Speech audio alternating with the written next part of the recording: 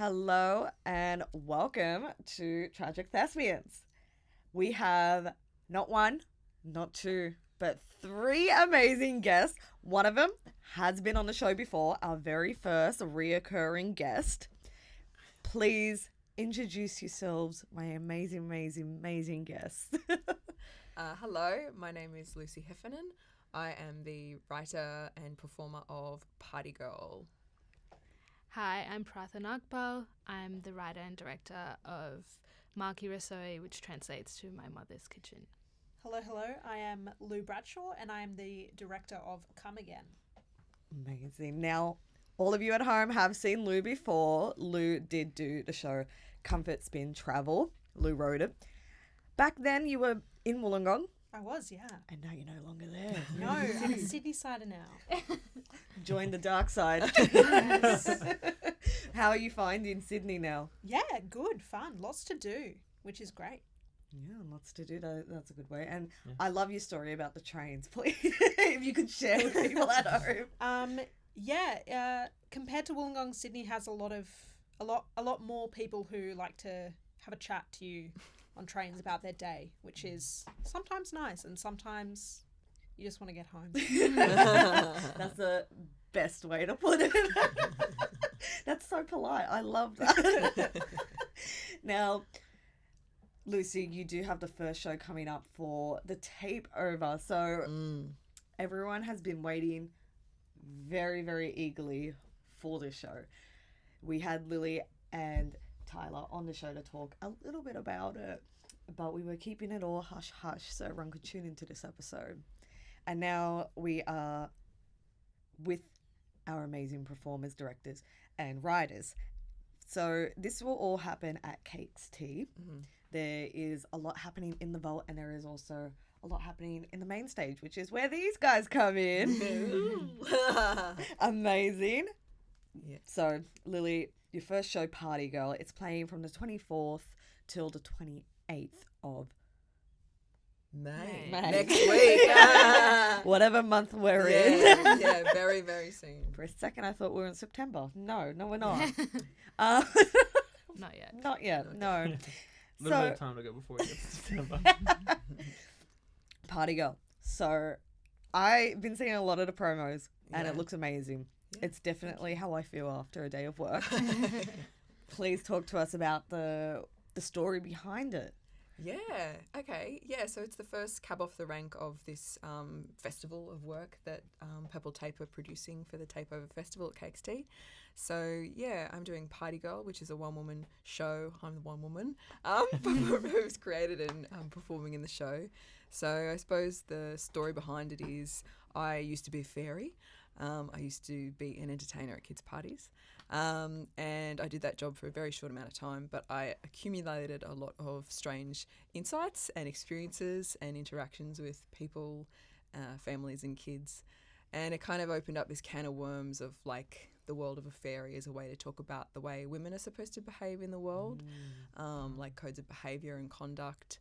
And then also kind of a way to talk about reality and fantasy and sort of like a mental health kind of landscape there as well, to dive in from this kind of world of the fairy is where it all kind of began in my real life, and now it's taken on a whole fiction of its own.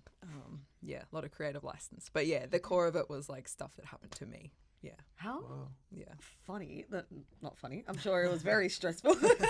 But it is funny that something that, by the sounds of it, it was a very stressful job. Could be. Yeah. Could be, yes. Yeah. So, and then making something beautiful out of that.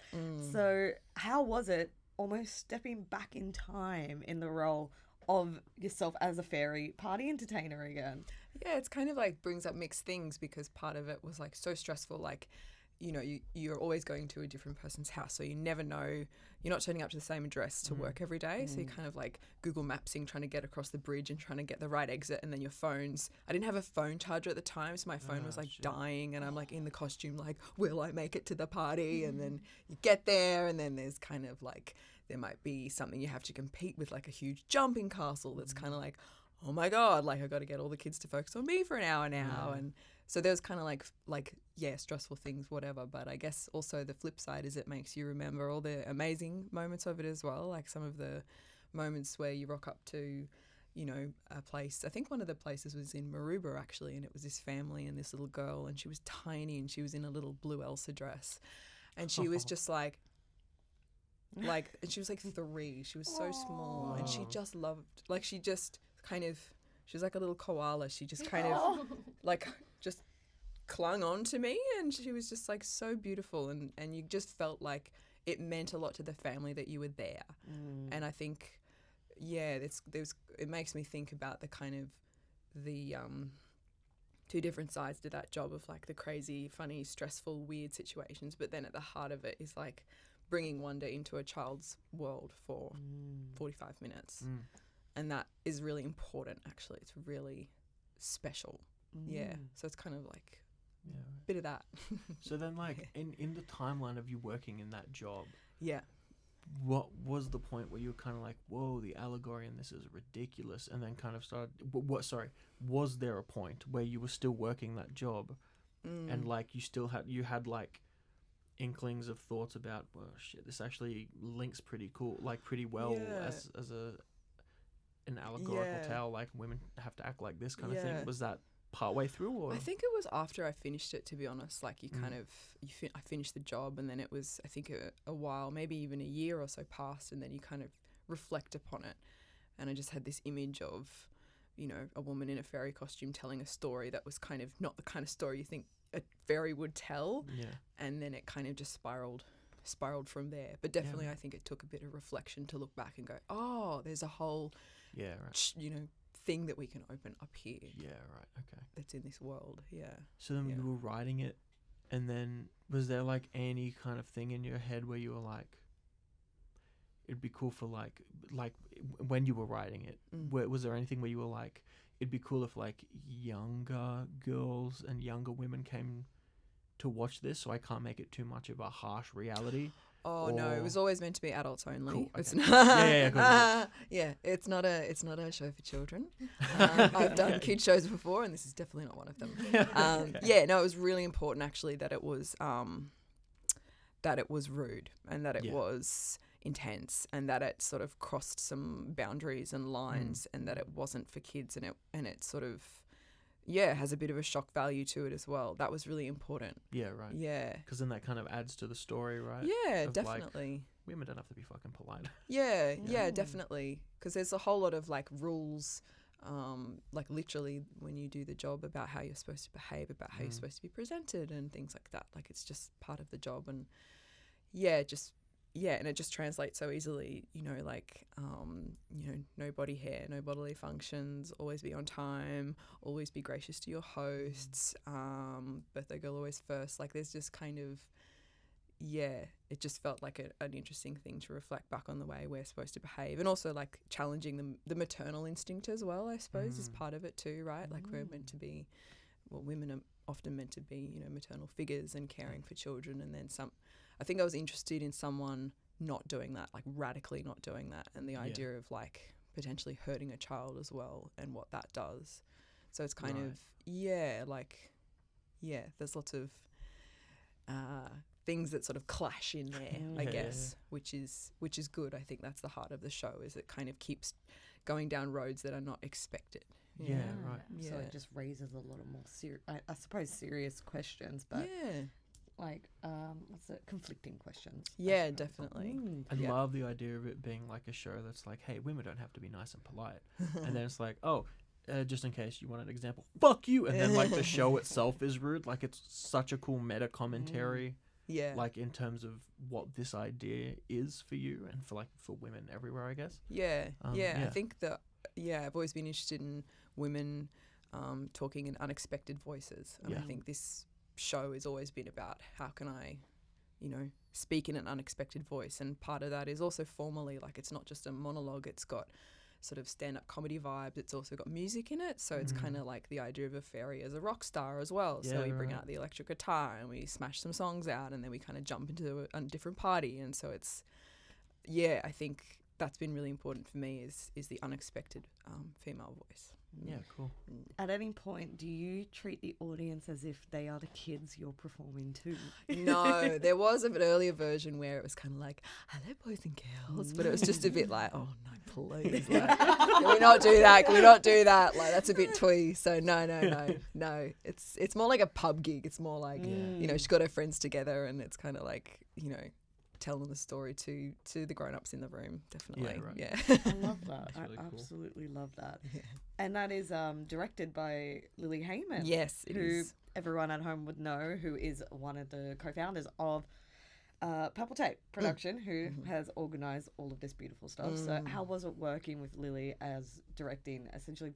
How is it getting someone to direct something you wrote yourself? Does it get a bit conflicting sometimes, or is it really enlightening seeing how someone else can view it from a different perspective? No, it's great. It's great to have different people at the helm. And this production's had other iterations as well, with a different director involved, Jay Gardner, for the first iteration, down in Wollongong at Marigong X. And then we went to Newcastle, and now it's, you know, and then COVID happened and life happened and things change. And now Lily stepped into this particular role, and it's really great. It's really great, you know, to kind of have different people come in with different perspectives and help shape the show, and bring different insights into it as well. And I mean, she's just wonderful. Like, we all love Lily to death. We love you, Lily. This is the Lily and Tyler Yeah. fan club. This is a fan club. Yeah. She just has so much energy and such a playful spirit. And she's a naughty fairy as well, like myself. So that helps. Like, it's a fun rehearsal room, and none of this would be happening without Lily and Tyler. So we're very, very grateful. Absolutely. Yeah. I actually have a question about that. I've always every time we have someone in the studio that has like a self-devised piece of work, I'm really interested to ask this question because I want to get like the kind of like general feeling of it. But was there anything when like the directors came in and stuff, and you kind of were workshopping it properly, and ideas were being thrown around, and like, oh, do this, and oh, let's try this, and all that kind of, you know, as collaborative as actors are with what they have. Was there any point where you were like, anything where you were like, I know you want me to change this, I'm not fucking changing it? Like, was there anything you couldn't kind of like? No, I've been quite open to change. I've been quite open to, like, originally it was just a monologue. And then the dramaturg on the project, Tim, had the suggestion, like, I think there should be music in it. And so it was already this built thing, and you're like, oh, you bastard, you're right. I'll learn the guitar then. I guess I better get the guitar then. And then so there was a whole process of like turning chunks of the story into songs, and so there's definitely been points where I've welcomed it. But I think, every now and again you kind of have to dig in if there's anything that you're like, no. But generally, we're all on the same page. Like, we all kind of get what we're trying to do. Yeah. And it is a very collaborative process. And people are respectful as well of, like, it is my baby, you know. And I definitely have certain ideas about how I want it to be. But it's been a wonderful process of collaborating with different people, and everyone. You can feel everyone in the work, the spirit of the work. Yeah. That's really cool. I feel like there are like the landscape of collaborative shows like this. Works that are collaborative in nature, where people come in and there are dramaturgs going, oh, try this and do this. I feel like as an industry, we've gotten a little bit better of kind of being like, can we try doing this? And then if someone goes, no, like, sorry, no, I know this is, I don't want to change this aspect of it. I can't let this go. This has to be in it. No one's going to be like, oh, cool. You're fucking changing it. Like, no one's fighting back to be like, yeah, do this. Like, I feel like that's like something that we've gotten better at kind of being like, oh, yeah, no, of course. It was just a suggestion, but, you know, keep it as it is. Yeah, that's cool. Let's keep going kind of thing. And no one like fights anyone on things that they can't change, or they can't really move, or immovable kind of things. But yeah, it's really cool. Yeah, it's a nice balance. Yeah. That's a good way to say it. Absolutely. It's definitely, I feel like there was a big learning curve in the industry where people had to learn how to say yes more often and experiment more, and now they're also standing their grounds and being like, well, this is actually important for the show and for the message, and what essentially, like, how important each, like the weight that each word carries and why it needs to be there, which is really good. But I'm really excited for this. So we were talking earlier about how many one-person shows there have been. And so I'm all up about this. I'm really like diving myself back into these and watching these, and like I'm just watching all this inspirational work and being like, what can I do now? What can I steal out of your page? Like, so I love that. I really, really admire that. Great. So good. I'm so excited. Yeah. Ooh. I'm excited all too. excited. Yeah. Stu, can I ask about like playing the guitar on stage? Does someone come out and go, "This is, fairy princess with blah blah blah," like and then you're MC? like, "Wow!" and then like you're singing, or do you have the guitar and you're like, "Yeah, fuck," and then like shred out something, or Yeah, it's just me. I pick the guitar up. I kind of do everything. So I kind of Sick. introduce myself. My name is Fairy Sprinkles and this is my story. Wow. How And then cool. Fuck, launch that's so into a cool. song. that's It sick. is pretty cool. It is pretty cool. Yeah, Yeah, man, own I that. like That's it. fucking wild. That's so cool. Yeah, I loved it. I love it actually. Music was something I kind of left behind. Like when I started doing uni, I was kind of like, I'm just an actor now, Yeah. And then down the track you go, oh shit, that stuff's Yeah, actually yeah. cool. Like to Yeah, have sure. and important to have those other kind of interests and skills with music, and so it's great to have that kind of aspect of Yeah, right. just like playing Yeah, guitar yeah. really loud Yeah, yeah, and yeah, singing yeah. really loud in the show. It's It's amazing. great. It's like Yeah, I'm it's staring at pretty a fun. mirror because same thing. Like I was like, pursuing my music career, and then I got into acting college. I'm like, who needs that? Yeah, Like, and you just ditch I it. have integrity. I'm an actor now. And they're Yeah. like, And it's the worst thing to do. Like, just Yeah. being an actor is just really boring. And I think it's better to just be like, embrace life and all the things that come with it and the Yeah. different interests. And then the more full your life is, the better your work is going to be. Yeah. For me, anyway, that's the way Yeah. that's been. absolutely. Yeah. No, absolutely. You got to explore all your options and Yeah. just have fun with it. Like Yeah. life doesn't have to be black and white. You don't have to have just one skill or perfect Yeah. one skill. Be a jack of all trades. That's right. Good. Yeah, you don't have to be a master. Master of any. none. Jack of all trades, master That's of right. none. That's the important thing. Yeah. Because it's a facade. Yeah, that's right. That's Like, right. look at all this sparkly stuff I can do. Never mind how good it is. Yeah, that's right. Yeah. Absolutely. No, I love that. I cannot wait. So that's Party Girl Yeah. on the main stage, 24th to the 28th. Yep. We will definitely ask you more questions very soon. We'll just introduce these other amazing shows as well. Now, Pratha, My Mother's Kitchen. Yep. Please pronounce it the way it should be. I love hearing it. It's Maki Rasoi, which is, my mother's kitchen. How amazing. And I wrote and directed it. And this is the third iteration that we have in a year and a half, which has been very quick to do it 3 times so quickly. Wow. But yeah, it kind of just started. It started at Shopfront, and it was the first play that I ever wrote. So I was like just this young, like scared artist, which I still am. Never changes. No, it doesn't change. Maybe the age does, but the scariness doesn't. That's right. But yeah, and I just wanted to write. I actually came out of 7 Methods of Killing Kylie Jenner. Oh, It's Whoa, such an yeah. amazing show. I Yes, love that. we but love it. I came out of that and I just like was in tears and I was like, I just want to write a show about my mum, and it's not really related, but I don't know why. I just like was like, I want to write a show about my mum, and like 4 months later I applied for this residency at Shopfront, and I pitched them a show saying that I wanted to write a show to celebrate my mum and all the sacrifices she made when just throughout her life, but also especially when we moved countries. So we moved from India to Sydney when I was like 12 or something. Wow.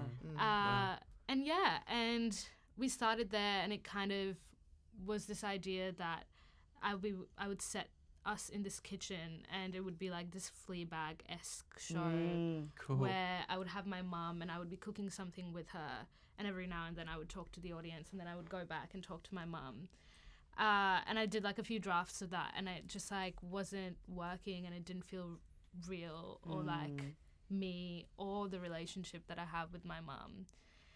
And I think I just so deeply was feeling this weight of wanting to do justice to my mum's story, but also feeling this weight of like this Western idea of feminism and like how do I fit her in that. And like I just couldn't come to terms with anything, and it felt like a complete mess, and my head felt like a complete mess. And I talked to Nat one day, who's the artistic director at Shopfront, and I was just like, nah, I feel like I have nothing, but also I feel this weight of representation, but I also feel this weight to do justice to my mum's story, and then this, and define feminism, and I was like, I can't do any of those. So she was like, yeah, you can't, you're 20, shut up. She didn't say that, but in essence, and I was like, true. And I just ended up writing a play about failing to write a play, and it became this meta theatrical exploration of the nuances of an immigrant family, but also especially being a young South Asian woman. And all I have seen growing up in media is like women who look like me being in the kitchen and being like stereotyped, and I was so afraid of that. But I think I was like, fuck it, I'm just gonna tell the truth how it is, and explore this nuance of what my relationship with my mum is, and that it doesn't have to fit this Western idea of feminism, but it's just its own thing. And then it went on to explore immigrant guilt of first generation or second generation immigrant children feel of how do you carry culture when you've changed so much, and you don't want to lose your culture, but also this weight of how do you carry it without losing yourself. And it's this whole one woman show that's also a chaos of stream of consciousness of her battle between all these big emotions, but also this very real dilemma of writing a show. And Wow, so that's amazing. And it's performed by Madhu. Yeah. So how was it? I can imagine Madhu felt an immense pressure being directed by the person who it's essentially about. Yeah. How was the process? How did they go about it, combating it, and just essentially embodying your story? Yeah. So Madhu and I are uni friends, and we had this midpoint showing for our residency a year before, when this was in development, and I just kind of asked her if she could do a reading for it, and she did the reading for it, and she was amazing. And then I was like, well, the show's coming up, I'm gonna cast you. And I know the first time around, especially because it was so raw for me, and she also saw that, and we did devise a lot of it as well. I know she felt that immense pressure, but I think we both very openly knew and talked about how the story wasn't, especially in that stage, it wasn't about how good the acting was or how good anything was. It felt like the story itself was bigger than what we were doing. So I was like, it's been such a beautiful process of building and creating the story together. I don't want it to fall into the trap of what happens in the end, or this idea of we need an outcome or anything. I think for me, the process was so hard, but also beautiful, even in the rehearsal room, that I was like, this is everything that I wanted from this show. I've gotten out of it, because this is a beautiful script that we've created together, and a beautiful work that has kind of healed both of us and our identity in a way already, that it doesn't matter what happens on stage. And I think that really helped to just be open about the pressure, and to openly see it for what it was, and see it for the fact that it's not just me directing a random script, it's me being like, hey, this is also my story. And Madhu knowing me and also being friends with me, being so open to take that on, and then us just holding each other through it. Yeah, I wanted to ask, I know it's a very common thing for immigrant parents, because my mum is Egyptian. Yeah. And she's there's a lot of trauma that she holds on to from like from her parents and stuff like that, which is normal. I mean, everyone's got fucking trauma. It's just something that exists in our lives. Was there like, you said you talked about writing this play and kind of it being therapeutic in some sense and healing, like some scars healing over and stuff as you've kind of progressed through writing it. On a broader scope, has that shifted your like understanding of generational trauma and how, but more in the sense of like not curing it, but like having something that kind of like pulls it away from affecting you so deeply, or does it still affect you so deeply? Yeah, Or- it's funny because the other day in the rehearsal, Madhu was like, "Do you still cry at this as much as you cried like a year ago?" And I was like, "I don't know." But it is interesting because it's just like the play is kind of about, and my emotions about it or thoughts about it was kind of this thing that my mum, throughout like our extended family, she's like a very well-known cook. Her like food is like this amazing thing that all our family like raves about. And I growing up, I've always like felt this thing that I don't know how to cook, and I can't cook Indian food, and I feel like so scared about like losing that part of my history. And like it's the same thing kind of as language, and like it's kind of this erasure. And I feel like it kind of healed that. Like I think it healed my relationship with the kitchen, and then like my relationship with my mum in that sense. Like I think when I was in my like even a year ago, I think I just didn't ever think that I could have, like I think I just had this rebel almost white feminist idea in my head that I couldn't exist in the kitchen because like that's what women are told they have to do, so I'm not going to do it ever.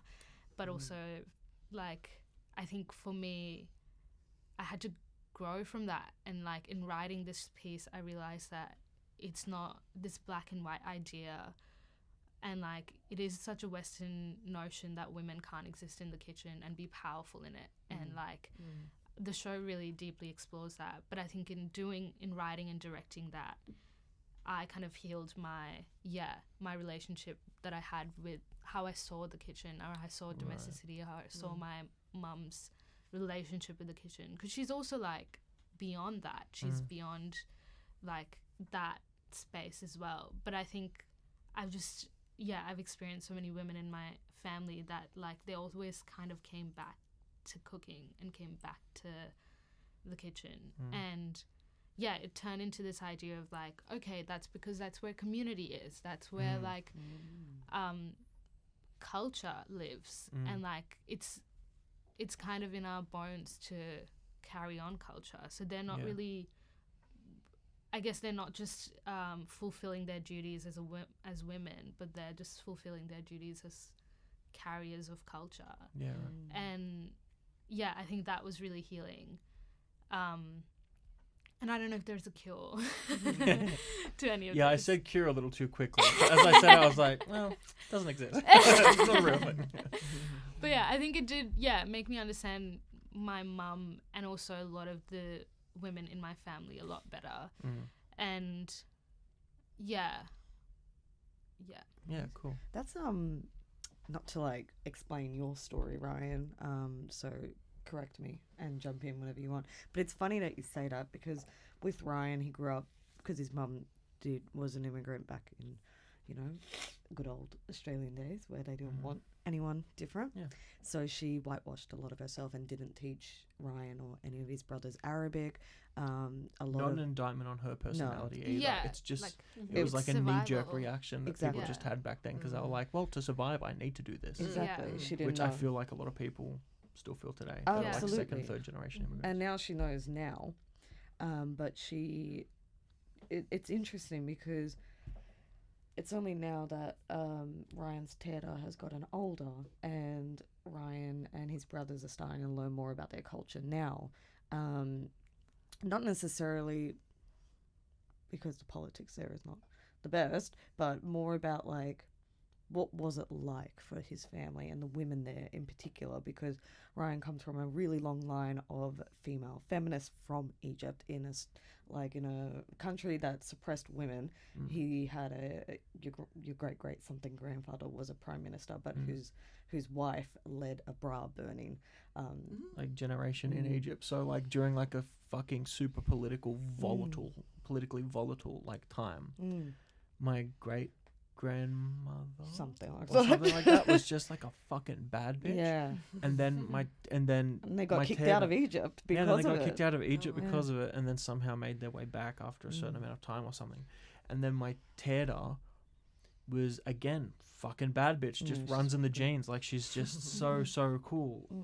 What she did was a lot of medical work. She was a nurse in Egypt. She did a shit ton of medical work and actually a midwife. Sorry, yes.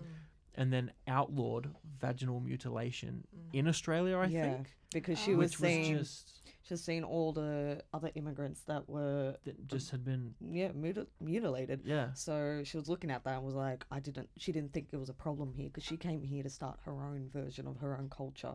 Because she loved her country, but she loved the life she created more here. Yeah. And she didn't think those problems from her country would follow her. And that was the mistake.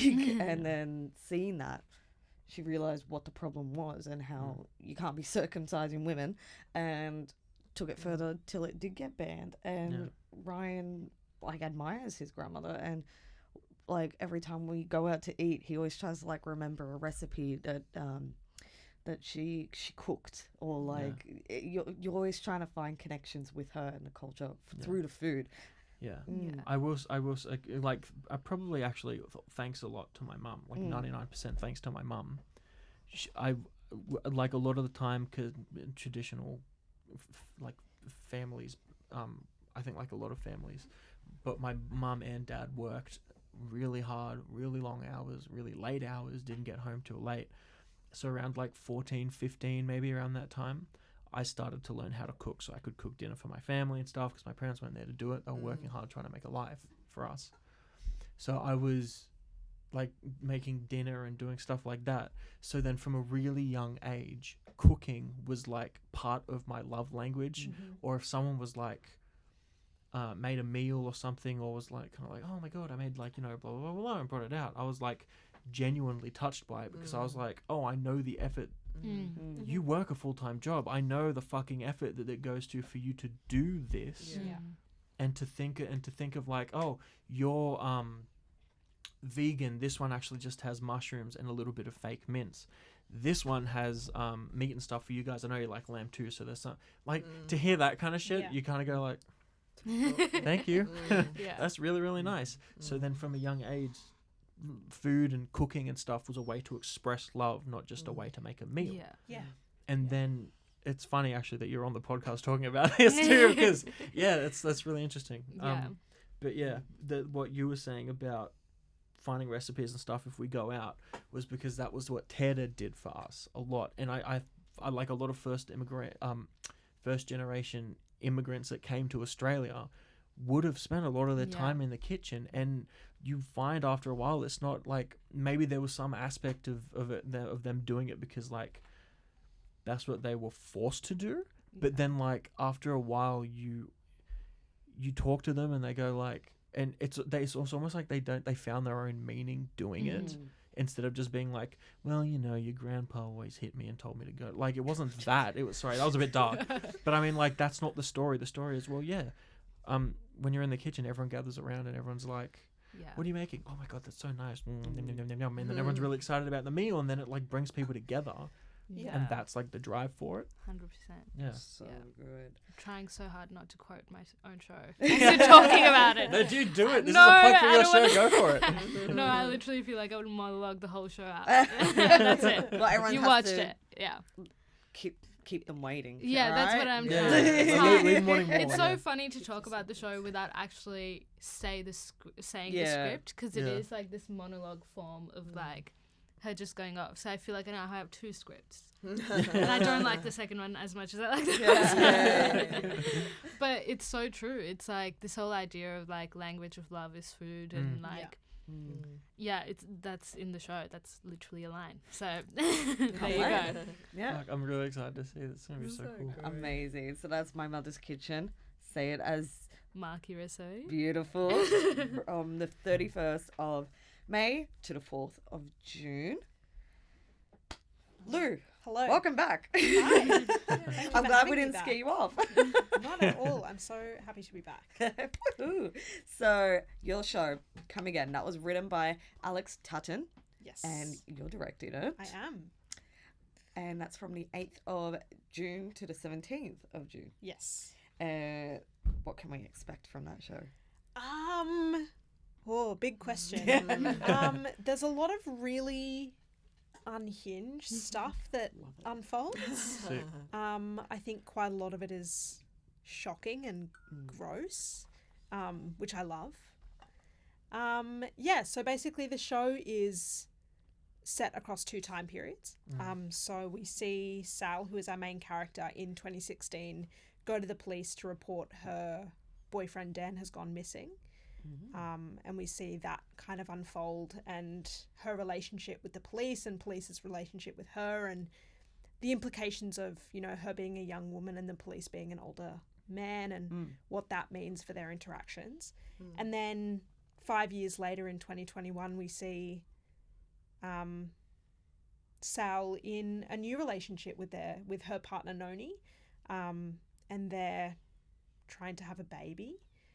And so the show for me is about trauma and kind of the way trauma comes back into your life if you haven't dealt with it and processed it, and the way that even if the trauma is not happening anymore and you're like 5 years down the line from it, the way that it kind of intrudes upon your life now and your relationships. Wow. Fuck. That sounds... That's heavy. It is heavy, yeah. Is any part of that like an experience that like you yourself have experienced or an experience that you've witnessed someone else experience, or is it all pretty much like fiction? So I didn't write it. Right. I'm directing it. Yes. Oh shit. Yeah. No, Just that's said all that right. right. I just fucking said that and I completely blanked. But like it's something I'm familiar with. Not when you don't deal with stuff, it doesn't go away. Yeah. I had a chat to my therapist about this like 2 days ago. Love that. But We're all in therapy here. Yeah. everyone go to therapy. Absolutely. Everyone should be in therapy. Anyway, if you don't deal with stuff, if you don't process stuff, it comes back, and not always in the way that you expect it to either. And we were just talking about like generational trauma and stuff, and like, trauma is going to repeat itself in different ways and manifest itself in different ways, and trauma from abuse specifically is going to manifest itself in a bunch of nasty ways if it's not dealt with. Sure. Yeah. Oh, that's like, I'm trying to like picture it right now and be like, I really want to see how that's going to play out. Yeah, I know, me too. That's why I asked that fucking question. Like, it's also like your experiences as the writer of the show. Like, nah, didn't write it, man. Directed it. Like, I just got lost and I was like, how would this work? Oh my god. So did you, I just fucking blanked. I wish I So wrote it. The embarrassing. script is so good. Alex is incredibly talented, and I feel very, very privileged because this is the premiere. Yeah. How do you say that word? Premiere. Premiere. I don't know. I say premiere. This is the first time it's happened. The debut. This is the debut Yes. of the Yes. script, and the script's actually been in the works. So Alex has been working on the script since 2014. So it's been a long, long time coming, and Wow. so 10 I years. feel, I Yeah. feel very, very She's lucky to wild. be directing it in 2023. How exciting! God, So that's, amazing. for a minute you said 2014. I'm like, oh yeah, 2 years. No. Has What not year been am 2 years. Yeah. Once again, I'm turning 18. How fun. Wow. Okay. I can't. That's a long time. So Yeah, no and I'm pressure, but I'm lucky sure- enough to have been around at the right time to have been asked to do this, which is really exciting for me. This is my first. So I'm pretty fresh out of uni, so this is my first proper production in the industry, which is how exciting. so exciting. A lot of pressure. Far out. Very scary. I feel very green. I feel very very very nervous. Yeah. I don't really know what I'm doing, but it's so fun, and I'm working with the best team as well. Like I Yeah. couldn't have asked for a better debut into the industry than working with Lil and Ty. And being part of this fantastic festival as well. Yeah. It's just And as a team awesome. too, they're nothing if not collaborative and Yeah. patient. So even if you're kind of coming into this and you're like feeling a bit green, they'll still be like, "What's going on, man?" And then like you'll find your way through it. I mean, like Oh yeah. directing, acting, writing, anything is like throwing shit at the wall and seeing what sticks. And nothing like you'll never ever ever encounter a proper production, not proper as in like we had funding, proper as in a proper creative experience. You'll never encounter a proper creative experience where you say, "That's interesting. Can we try doing it this way?" And everyone goes, "No," and then just Yeah. does whatever they were going to do. Everyone goes, "Fuck, that's really interesting. Yeah, Yeah. cool. Can we actually workshop this a little bit?" And then it's always a yes and, a yes and, a yes and, a yes Yeah, and, and then yeah. it branches off. And then even if it comes to a no, it comes to a glorious no. That's kind of like, Oh, shit, that we've was discovered wild. We've something discovered here. something. Everyone has their own little journey along this Yeah. little path of like self-discovery that happens in like 2 hours. Do you know what I mean? Like it's still an Yeah, experience. I'm having the best time, and Yeah. I'm learning so much, and my cast is so giving, Yeah, and it's lovely to work with them. that's really, really cool. So then as a... oh, shit, sorry. No, go. as like directing this then, have you discovered little moments where you have like little things where you're kind of like, this is kind of like antithetical to what I was saying before, but like have you found moments where like directing this you've been like, "Ooh, fuck, that's a boundary I can't really cross." I have like, not a boundary, I mean like that's a thing that I like, Like sensitive. sensitive things that are kind of like bringing up maybe on like trauma, because this show is about that. Trauma comes back and kicks you in the ass if you don't deal with it. Are there moments that kind of stuff is happening, or people are kind of being like, "Shit, this reminds me of when I was 10 and blah blah blah blah blah." Like, is there any of that happening that you have to navigate through? So far, rehearsal's been pretty smooth. I think everyone's just having a really good time working with a really fantastic script and a really good group. Yeah, there are some times when I need to go home and take some deep breaths. But I think part of my practice is, as a writer and a director, working through things that are difficult through art is kind of what I've always done, and what I mean, it works for me. So it's actually really quite nice to get to, I guess, kind of like process stuff, which is kind of what the show is saying that you should probably do. But in a room with really giving people and doing something that I love doing, and making a show that is hopefully good. It's such a beautiful way to work through things that can be difficult. That's really, really cool. That's. I thought you were going to ask something. There was something else going around in my head, and I didn't know whether to ask it or not. It's just more of like it's just more of like a general comment. Like, art really is therapeutic. Like, there's a lot about it that can be very therapeutic. Yeah. And this is something that I personally encountered when I was like at college and stuff, and I was just a quick little sidebar thing. Out at the college that we went to, I was the last person who went through that the last cohort that went through that college, and was lucky enough to get a 3-year course, which Lucky, for your emotional no like lucky man, but like I know what you mean, but like in terms of like emotional self-discovery and journeys about how you cope with shit, 3 years is really important, because you mature a lot in 3 years, especially when you're doing emotionally challenging shit. Like, the people that you're all working with, I guarantee emotionally and mentally will have matured at least 3 to 5 years. But like, that's okay, well, don't hold me to that, that's a big number, but like, I mean, they will have matured somewhat coming out the end of this show, especially with the content being trauma related and how it can come back around, because it's full circle. And it was it's just an interesting thing thinking about it, where there was so many I'm not saying this is going to happen, this is just a general comment. I just find it so interesting.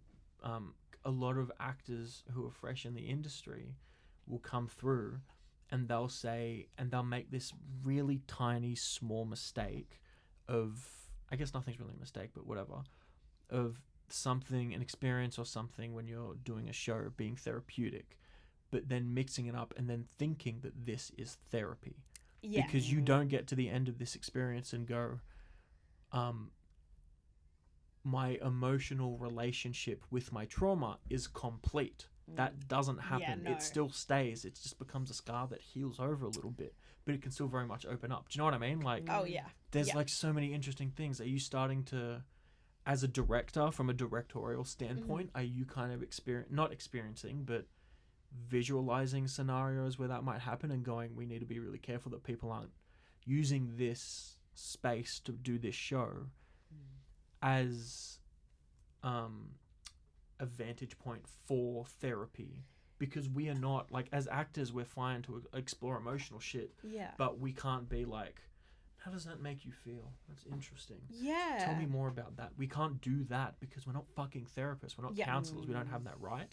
Do you know what I mean? So are you visualizing moments where that might be happening, or it's starting to, like... I'm actually, yeah, it's interesting that you say that, because it's not something that I've been worried about at all, which Oh, cool. I think is probably good. Yeah. Part of that is I'm working with a really intelligent, mature, beautiful cast. So we've got Sure. Gabrielle Bowen playing Noni, we've got Angela Johnston playing Sal, and we've got John Naris playing Hicks. And they're fantastic to work with.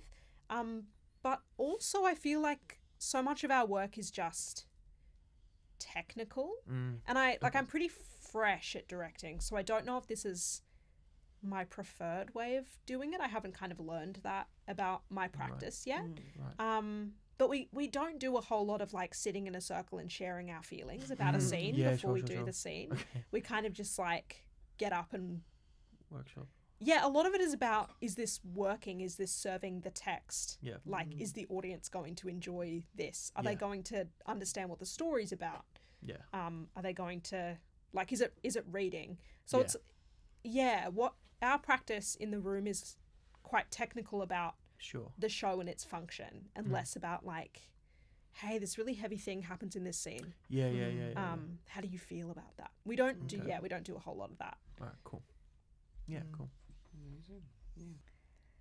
So alongside these amazing shows that everyone has to go watch, because every single one of them has just blown my mind, and they're all so amazing, and they're all three so different in their own ways and tell their own stories, and I'm dying to watch them. I want to watch them right now. So go on, put on the show. Yeah. Go on then. So excited, and I'm so excited to see everyone thrive in these stories. Yeah. Oh, so you all took my breath away. So that's just what happens with, Purple Tape. They just know how to really get me. So once again, this is the Tyler and Lil fan club. Absolutely. So Lucy, no pressure. No You have been given all the information for all the other events happening down at KXT in the Vault, which I've said many times is my favourite, purely because of that bank door. It's just the most amazing. Oh, I just love it. I just love it. It feels haunted, and I love every bit about it. So talk us through all the things we can expect in the Vault and why everyone should come every night. Yeah, amazing. So we've got a few different events happening as part of the Tapeover Festival down in the Vault. So the first one that's up is called Your Name by Kate Bubelow. So this is going to be a reading of a hilarious new play from Kate Bubelow. So it's in the year of our Lord 2013. The smutty fan fiction of three friends falls into the lap of their PDHPE teacher, Mr. Isaacs. Friendships are tested, careers are threatened, pleasure caves are engorged. Please don't tell my mum is the blurb for that one. So that is a reading happening, directed by Emily Buxton, on Tuesday, May the 30th at 7:30. Then we have our Playwave experience, which maybe Pratha can speak to as well.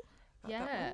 So it's happening on the closing night for Marky Rasoi, and it's a movement workshop that is happening by the dance collective called Bindi Bosses. And it's a multi-sensory movement workshop for young people between the ages of 15 to 20.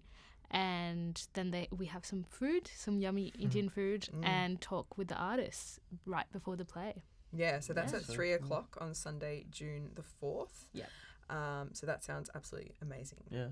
And then we've got, next up, we've got the Swift Night, which is the women behind Swift. So Sydney Women in Film, Theatre and TV are having a panel for a night discussing all kinds of things in the industry.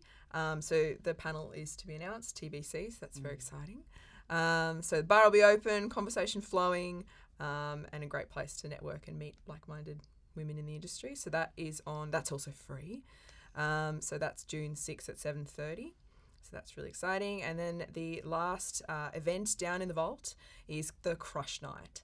So this is the brilliant trio who are down in Wollongong, I still They are, believe, yeah. down the Gong. Wow. Behind Crush Collective are presenting a night of new work, fresh ideas and fantastic art in the vault.